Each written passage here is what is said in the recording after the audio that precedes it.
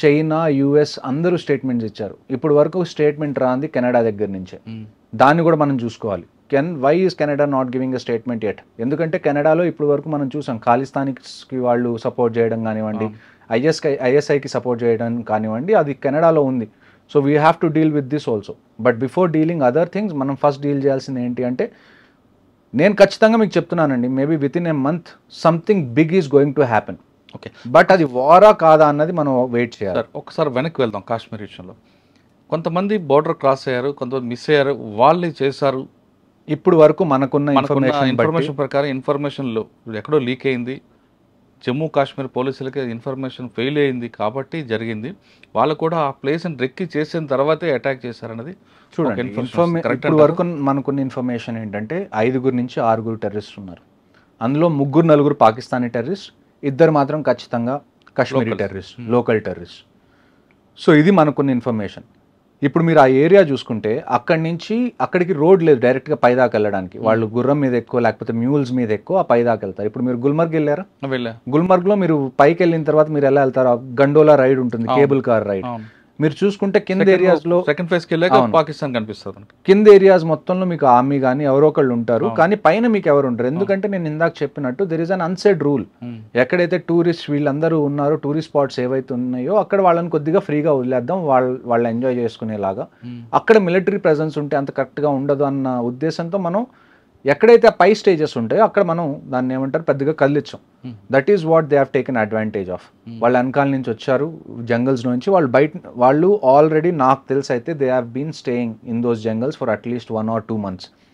అక్కడ వాళ్ళ హైడౌట్ ఏదో ఉంది. ఆ హైడౌట్లో వాళ్ళు ఖచ్చితంగా మొత్తం సెట్ చేసుకొని ముందు నుంచే ఉన్నారు. వాళ్ళు ఆర్డర్స్ కోసం వెయిట్ చేసి ఇది 22nd వాళ్ళు ఎగ్జిక్యూట్ చేశారు. And I can కన్ఫర్మ్లీ say there is Pakistan army behind this, especially Asim Munir, the chief of army staff of Pakistan. ఎందుకంటే Asim Munir అనే ఆయన, he is not a general soldier.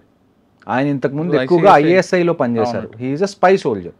So ఇలాంటి యథవేషాలన్నీ ఆయన వేయడానికి చాలా chances ఉన్నాయి. And internal sources కూడా ఎక్కడో చోట పాకిస్తాన్ నుంచి నాకు వచ్చిన ఓపెన్ సోర్స్ ఇంటెలిజెన్స్ నెట్వర్క్ నుంచి నాకు తెలిసిన విషయాలు ఏంటి అంటే, yes, Asim Munir is involved in this. అంటే ఈ టైంని ఎందుకు ఎంచుకున్నాడు అనుకోవచ్చు మనం? ఈ టైం అంటే ఇప్పుడు నేను అదే కదండి మీకు ఇందాక చెప్పాను. ఇందాక బలూచిస్తాన్లో వాళ్ళు దెబ్బతిన్నారు. డ్యూరెంట్ లైన్లో ఎక్కడైతే ఆఫ్ఘనిస్తాన్తో వాళ్ళకి బార్డర్ ఉందో అక్కడ వాళ్ళకి ఇబ్బంది నడుస్తుంది. And at the same time ఇంటర్నల్గా తెహ్రీకే తాలిబాన్ పాకిస్తాన్ కూడా వాళ్ళని ఇబ్బంది పెడుతుంది. ఇమ్రాన్ ఖాన్ని వాళ్ళు జైల్లో వేశారు. ఇమ్రాన్ ఖాన్ సపోర్టర్స్ ఎవరైతే ఉన్నారో వాళ్ళని ఇబ్బంది పెడుతున్నారు. పేరుకి షహబాజ్ షరీఫ్ పిఎం, కానీ మొత్తం నడిపించేది మొత్తం chief of army staff, ISI chief, వీళ్ళే నడిపిస్తారు పాకిస్తాన్ మొత్తంలో. సో వీళ్ళు ఎన్ని తట్టుకుంటున్నారు ఈ టైంలో ఇంటర్నల్గా. ఇలాంటి టైంలో వాళ్ళందరూ వాళ్ళ కంట్రీని యునైట్ చేయాలి అంటే హిందూస్కి అగేన్స్ట్గా మనం వెళ్ళాలి, హిందూస్ని మనం చంపాలి. సార్ ఇప్పుడు మీరు అన్నట్టు హిందూకి వ్యతిరేకంగా చంపారు, పాయింట్లు ఇప్పి చూపించి మరి, లేదా ఖురాన్ చదవని వాళ్ళకి వెంటపడి మరి చంపారు. అవును, కానీ ఒక గుర్రం నడుపుకొచ్చిన ముస్లింలు కూడా చంపారు. నాకు తెలిసిన ఇన్ఫర్మేషన్ ప్రస్తుతానికి ఏంటి అంటే, చూడండి, at the end Kashmiri survive అయ్యేది దేని మీద? టూరిజం మీద. నేను ఇందాక చెప్పినట్టు. సో చాలామంది టూరిజంలో ఎవరైతే ఉన్నారో కాశ్మీర్లో, they are really nice to people who visit there. ఎందుకంటే అది వాళ్ళ లైవ్లీహుడ్ కాబట్టి. సో నాకు తెలిసిన ఇన్ఫర్మేషన్ ఏంటి అంటే, ఈ గుర్రం అతను ఎవరైతే ఉన్నారో అతను ఈ ఇష్యూ జరుగుతున్నప్పుడు ఆ రైఫిల్ స్నాచ్ చేయడానికి ట్రై చేశాడు టెర్రరిస్ట్ దగ్గర నుంచి. సో అతన్ని కూడా అందుకని చంపేశారు. సాధారణంగా మీరు చెప్పిన ఆ ప్లేస్ మనం స్విట్జర్లాండ్, ఇండియన్ స్విట్జర్లాండ్ అంటాం. నేను కూడా వెళ్ళా. అక్కడ నూడిల్స్, మంచి గావా, ఇంకొక అవన్నీ కూడా బంద్ ఉన్నాయండి. మంచి క్వశ్చన్ అడిగారు. ఇంకొకటి నాకు తెలిసిన ఇన్ఫర్మేషన్ ఏంటంటే, రాత్రి చాలామంది అక్కడ చాయ్ వాళ్ళు కానివ్వండి, లేకపోతే అక్కడ చిన్న ఏవో ఒక బిజినెస్ చేసుకున్న వాళ్ళు ఎవరైతే ఉన్నారో వాళ్ళు రాత్రి గాయమైపోయారు.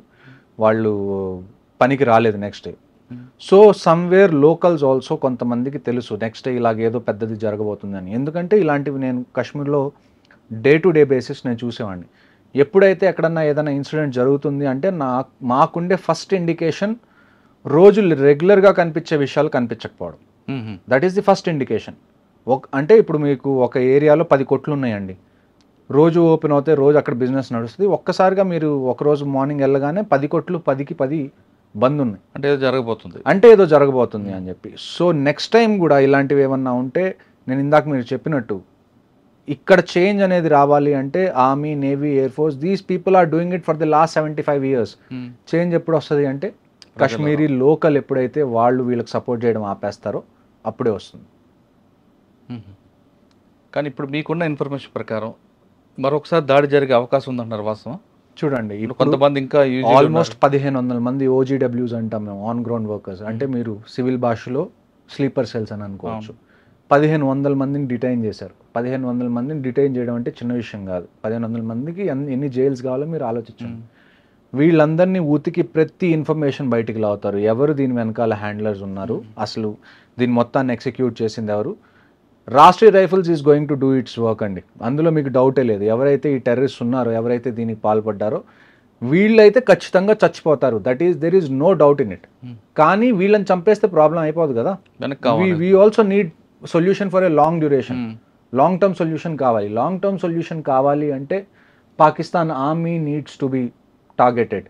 దానికి మీరు వార్ చేయాలి అని అనుకుంటే వీఆర్ రెడీ టు పార్టిసిపేట్. మీరు ఒక్కసారి గో హెడ్ ఇవ్వడమే మీ చేతిలో ఉంది. అచ్చా సార్, ఈసారి వాళ్ళు అటాక్ చేస్తున్నప్పుడు డిజిటల్ ఎక్కడ కూడా డిజిటల్ సిగ్నేచర్ లేదు కాబట్టి మన ఇండియన్ ఆర్మీ ఫెయిల్ అయింది.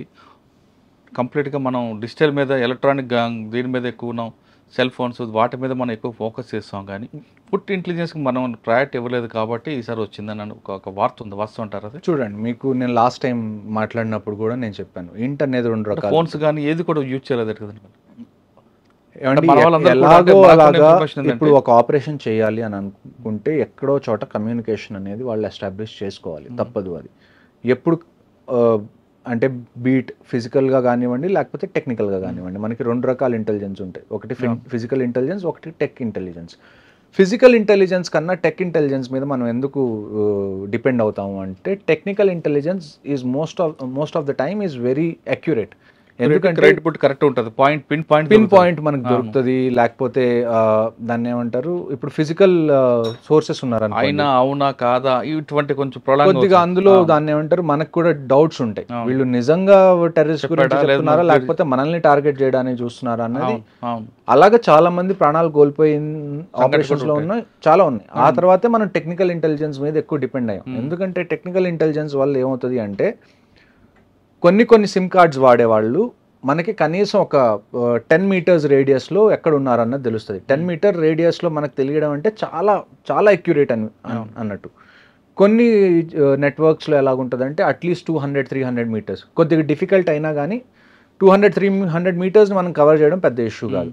కొన్ని నెట్వర్క్స్ ఎలాగుంటాయంటే, ఇంట్లో ఏ రూమ్లో కూర్చున్నా కూడా మనకి 5 మీటర్స్ అక్యురసీ ఉన్న నెట్వర్క్స్ కూడా ఉన్నాయి. ఓకే. సో అందుకని మనం ఎక్కువగా టెక్నికల్ ఇంటెలిజెన్స్ మీద డిపెండ్ అవ్వడం మొదలు పెడుతున్నాం. ఇంకొక విషయం ఏంటి అంటే, టెక్నికల్ ఇంటెలిజెన్స్ ఎందుకు ఇంపార్టెంట్ అంటే, కాశ్మీర్లో నేను మీకు చెప్పినట్టుగా సివిలియన్ ఏరియాస్ చాలా ఉన్నాయి. మీరు అర్బన్ వార్ఫేర్ అనేది చేయాలి. ఈ టెక్నికల్ ఇంటెలిజెన్స్ వల్ల ఏమవుతుంది అంటే, కొలెటరల్ డ్యామేజ్ అనేది కంప్లీట్గా తగ్గిపోతుంది. సో అందుకని మనం టెక్నికల్ ఇంటెలిజెన్స్కి ఎక్కువగా మనం ప్రయారిటీ ఇస్తాం.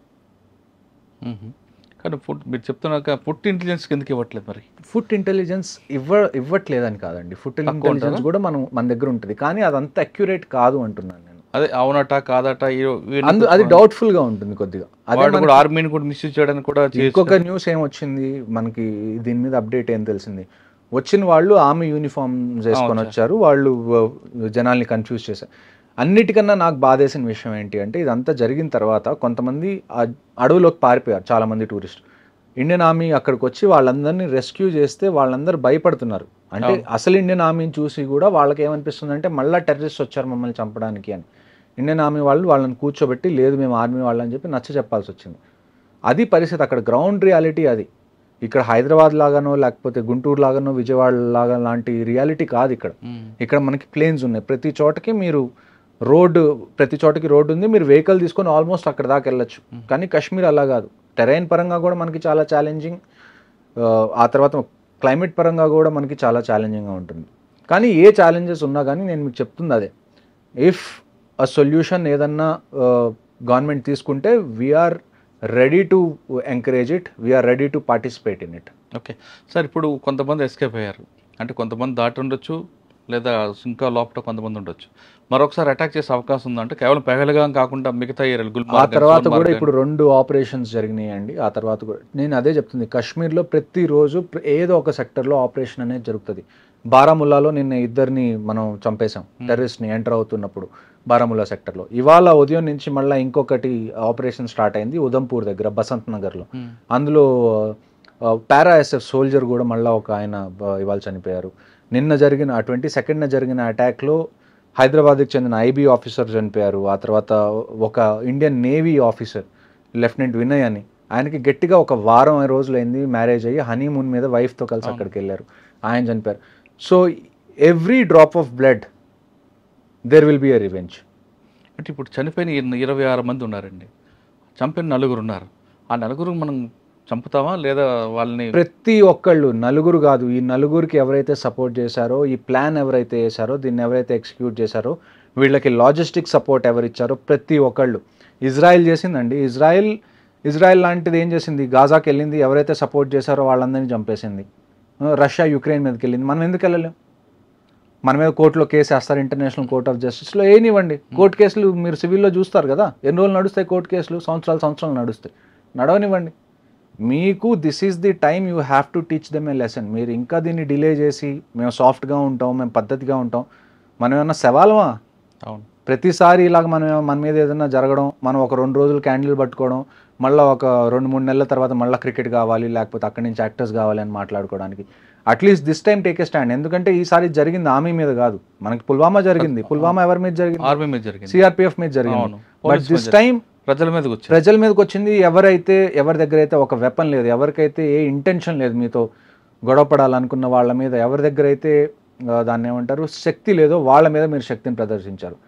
ఇప్పుడు మీ మీద శక్తి ఉన్న వాళ్ళు ప్రదర్శిస్తే ఎలా ఉంటుందో మీకు తెలుస్తుంది ఈవెన్చువల్గా. ఓకే సార్, ఫైనల్గా చెప్పండి, బయటకు వచ్చారు మీరు, రిటైర్ అయిపోయి వచ్చిన తర్వాత ఈ ఇన్సిడెంట్ వినగానే మీ రక్తం బాయిల్ అయిందా?